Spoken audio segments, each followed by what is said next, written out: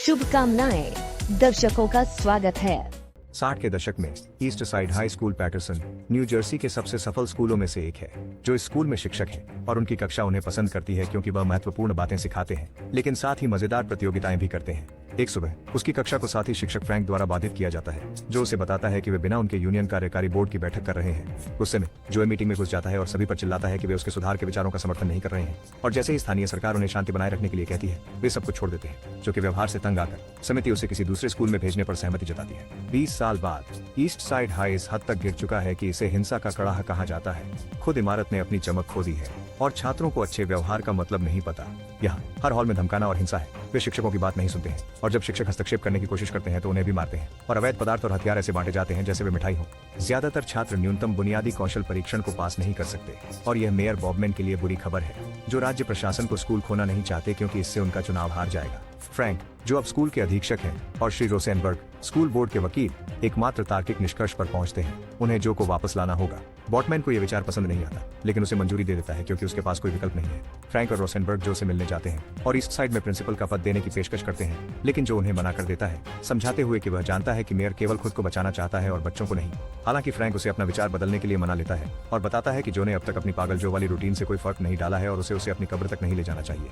अगले दिन जो एक नए प्रिंसिपल के रूप में ईस्ट साइड में आता है, वह अन्य शिक्षकों के साथ बैठक करता है और तुरंत अपनी तानाशाही लागू करता है, यह कहते हुए कि उसकी बैठकों में वही एकमात्र व्यक्ति है जो बोलता है।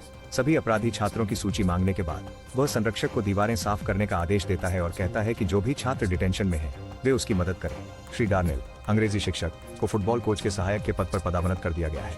हॉलवे में गार्ड होंगे ताकि वे हिंसा को रोक सकें, और सभी शिक्षकों को छात्रों को उनके अगले मानकीकृत परीक्षण के लिए तैयार करने पर ध्यान केंद्रित करना चाहिए क्योंकि स्कूल को 75% की मंजूरी की आवश्यकता है स्तर, और पिछली बार उन्होंने 40 से कम किया था।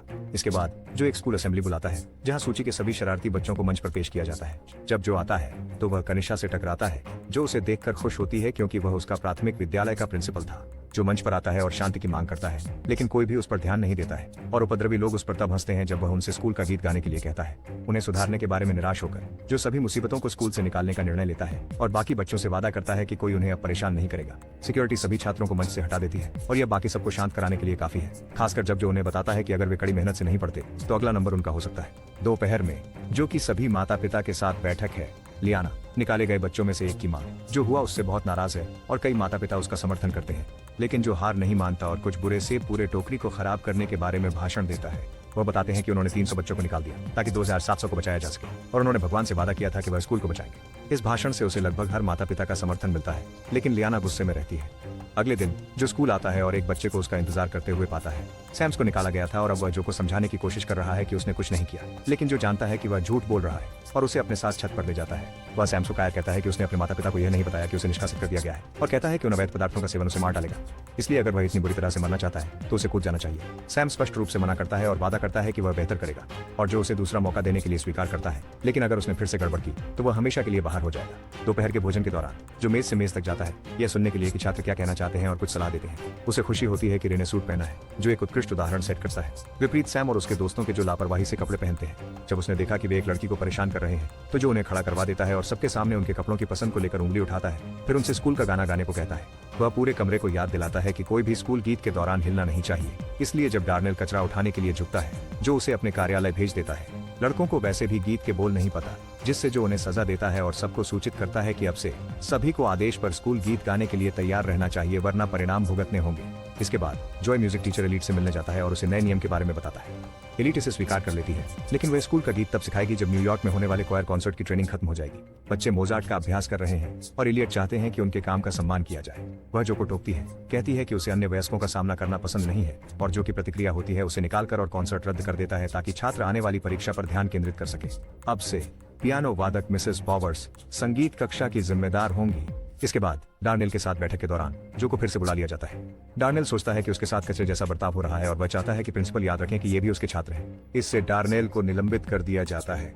वाइस प्रिंसिपल जोआन जो को समझाने की कोशिश करती है, यह बताते हुए कि डार्नेल सिर्फ एक कोच से कहीं अधिक है और कोई भी नहीं समझता कि जो क्या कर रहा है, लेकिन जो जवाब देता है कि उसे यही पसंद है। प्रैक्टिस टेस्ट का दिन आता है और सभी छात्र इसे अपनी पूरी कोशिश के साथ भरते हैं, जबकि शिक्षक उन पर कड़ी नजर रखते हैं। जो परिणामों के लिए लंबे समय तक इंतजार नहीं करना चाहता, इसलिए वह जोन को स्कूल बोर्ड के पास पत्र सीधे मांगने के लिए भेजता है। एक सुबह एक छात्र द्वारा स्थानीय प्रेस के लिए विशेष प्रस्तुति कैफेटेरिया में हमले से बाधित होती है। निकाले गए लड़कों में से एक वापस आ गया और रे की पिटाई कर रहा है। उसके पास एक चाकू भी है जो उसे जल्दी से पकड़ता है और सोचता है कि वह अंदर कैसे आया। सुरक्षा कहती है कि किसी ने उसे अंदर से अंदर आने दिया होगा। उसी समय जो फैसला करता है कि सभी स्कूल के दरवाजे बंद और जंजीर से बंद कर दिए जाएंगे। कुछ समय बाद जो को कनिशा परेशान महसूस करती मिलती है। वह एक होशियार लड़की है लेकिन उसके ग्रेड अच्छे नहीं रहे हैं क्योंकि उसे रहने की जगह नहीं मिली है और उसकी माँ उसे नहीं चाहती। मदद करने के दृढ़ संकल्प के साथ जो जॉन को कनिशा की माँ से उनके घर पर मिलवाता है। माँ ने बताया कि जब वह किशोरावस्था में थी तो उसे काइनेशिया था, इसलिए उसे अपना सामान्य जीवन छोड़कर काम करना पड़ा। आजकल वह साफ सुथरे होने की कोशिश कर रही है लेकिन यह उसे बुरी मानसिक स्थिति में डाल देता है। इसी वजह से उसने सोचा कि कनिशा को बाल सेवाओं के साथ भेजना बेहतर होगा, लेकिन उसने कभी भी उसे अपने पास रखने या उससे प्यार करने की चाहत नहीं छोड़ी। जो उससे वादा करता है कि अगर वह कनिशा को वापस लेती है और उसकी पढ़ाई पर ध्यान देने में मदद करती है तो वह उसे बेहतर नौकरी और रहने के लिए एक अच्छी जगह खोजने में मदद करेगा। जंजीर वाले दरवाजों की खबर अखबारों में पहुंचती है और लियाना शिकायत को स्कूल बोर्ड तक ले जाती है। फ्रैंक जो को इस तरह पागल होने के लिए डांटता है, ये बताते हुए कि लियाना उसे हटाने के लिए एक समूह का आयोजन कर रही है और फायर चीफ उसकी तरफ है। उसे लगता है कि जो सबको उसी तरह से दूर कर रहा है जैसे उसने अपनी पत्नी के साथ किया था, इसलिए अब वह एलीट और डालने के लिए एक माफीनामा लिखेगा क्योंकि अगर जो एक सम्मानजनक अगर उसे अधिकार मिलना है तो उसे भी अधिकार का सम्मान करना चाहिए। डार्नेल को फिर से बहाल कर दिया जाता है लेकिन समस्याएं अभी खत्म नहीं हुई हैं। फायर चीफ स्कूल में प्रेस के साथ आता है तो जो उसे बेड से धमकाते हुए बाहर निकलवा देता है। जोन इस रवैये पर अपनी चिंताओं को व्यक्त करने की कोशिश करती है लेकिन हमेशा की तरह उसे नजरअंदाज कर दिया जाता है। जो कि निराशा में अगली बार जब वह रे को देखता है तो लड़का उसे अलविदा कहने के लिए आता है क्योंकि वह अब इस स्कूल में नहीं रह सकता। बाद में जो सैम्स और उसके दोस्तों को बाथरूम में मस्ती करते हुए पाता है, वह उन्हें स्कूल का गाना गाने के लिए कहता है और एक सुंदर गायन सुनकर हैरान रह जाता है जो चर्च के गाना मंडली की शैली में गाया गया है। लड़के मानते हैं कि उन्हें यह पॉवर्स ने सिखाया था, तो जो उनसे मिलने जाती है उन्हें बधाई देने और यह गाना आपसे सबको सिखाने के लिए कहती है।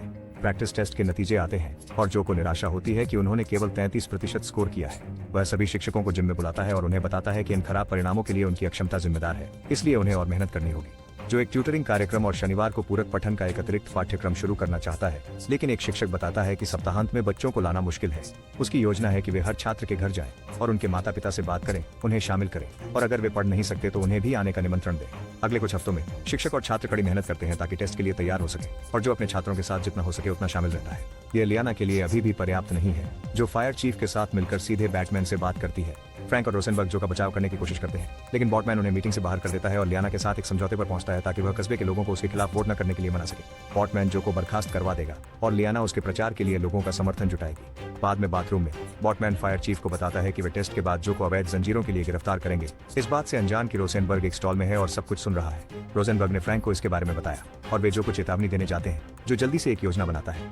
जब सुरक्षा गार्ड मुख्य को आते देखते हैं, वे वॉकी टॉकी के जरिए कोड 10 की घोषणा करेंगे और शिक्षक अस्थायी रूप से चेन हटा सकते हैं।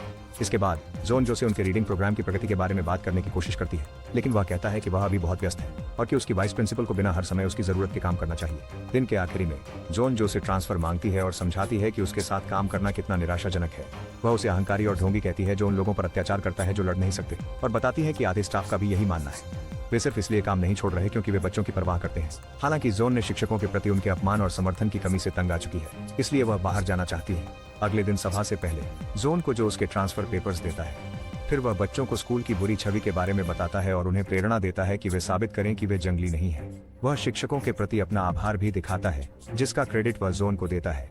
अगला पॉवरलीन ऑन मी गाता है और बच्चे साथ में गाते हैं, उत्साहित होकर सरकार को दिखाने के लिए कि वे किसी से कम नहीं है। पूरे स्कूल को एकजुट देखते हुए जोन ने रुकने का फैसला किया। परीक्षा के दिन छात्र आत्मविश्वास से परीक्षा भरते हैं, लेकिन एक स्कूल बोर्ड की बैठक भी आ रही है और लियाना अब और इंतजार नहीं कर सकती। इसलिए बॉटमैन आखिरकार फायर चीफ को अदालत का आदेश लेने की अनुमति देता है। इसी बीच स्कूल में कनिशा को पता चलता है कि वह गर्भवती है, लेकिन उसका बॉयफ्रेंड यह मानने से इनकार करता है कि वह पिता है। भले ही वह कसम खाती है कि वह केवल उसी लड़के के साथ रही है, जो अपना समर्थन देता है और वादा करता है कि वे कुछ अन्य विकल्प खोज लेंगे, लेकिन उनकी बातचीत एक गार्ड द्वारा रोक दी जाती है, जो लियाना और पत्रकारों के साथ फायर चीफ के आगमन की घोषणा करता है।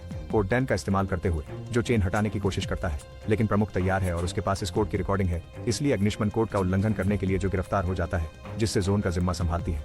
उस रात स्कूल बोर्ड की एक बैठक होती है। फ्रैंक जो के काम का बचाव करने की कोशिश करता है, लेकिन लियाना बताती है कि स्कूल को केवल 33% मिला, जिसका मतलब है कि जो वास्तव में अपने काम में असफल रहा। बैठक अचानक तब बाधित होती है जब हर एक छात्र जो को छोड़ने की मांग करता है। बॉटमैन जानता है कि इतने समर्थन वाले आदमी को निकालना बुरा लगेगा, इसलिए वह जो से बात करता है और छात्रों से जाने के लिए कहने को कहता है। जब जो मना कर देता है तो बॉटमैन बड़ा कदम उठाता है और समझाता है कि पुलिस बाहर तैयार हो रही है। अगर छात्र दंगा करते हैं तो चीजें हिंसक हो सकती हैं। जो उनसे बात करने के लिए तैयार हो जाता है, लेकिन केवल उनकी सुरक्षा के खातिर, यह नहीं कि वह समझते हैं कि वे कुछ गलत कर रहे हैं। जब वह बाहर आता है तो लियाना बच्चों से बात कर रही होती है, लेकिन उसे सिर्फ गालियां और स्कूल के लिए जो ने जो कुछ किया उसकी याद दिलाई जा रही होती है। जब वह सुनता है कि वे उसे पिता कहते हैं तो उसका दिल पिघल जाता है, लेकिन उसे अभी भी पुलिस की चिंता है, इसलिए जो उन्हें संभालता है और कानून का सम्मान करने की याद दिलाता है। उनका भाषण अचानक जोन द्वारा बाधित कर दिया जाता है, जो उत्कृष्ट समाचार के साथ टेस्ट के परिणाम लाती है। स्कूल पास हो गया है। जब हर कोई जश्न मनाता है तो जो बॉटमैन से कहता है कि वह और राज्य नर्क में जा सकते हैं, जो अपनी नौकरी रखने में सफल रहता है, और छात्र रात को स्कूल का गाना गाते हुए समाप्त करते हैं। जब सीनियर्स के ग्रेजुएट होने का समय आता है तो जो हर छात्र के लिए देखभाल भरे शब्दों के साथ डिप्लोमा देता है। देखने के लिए धन्यवाद।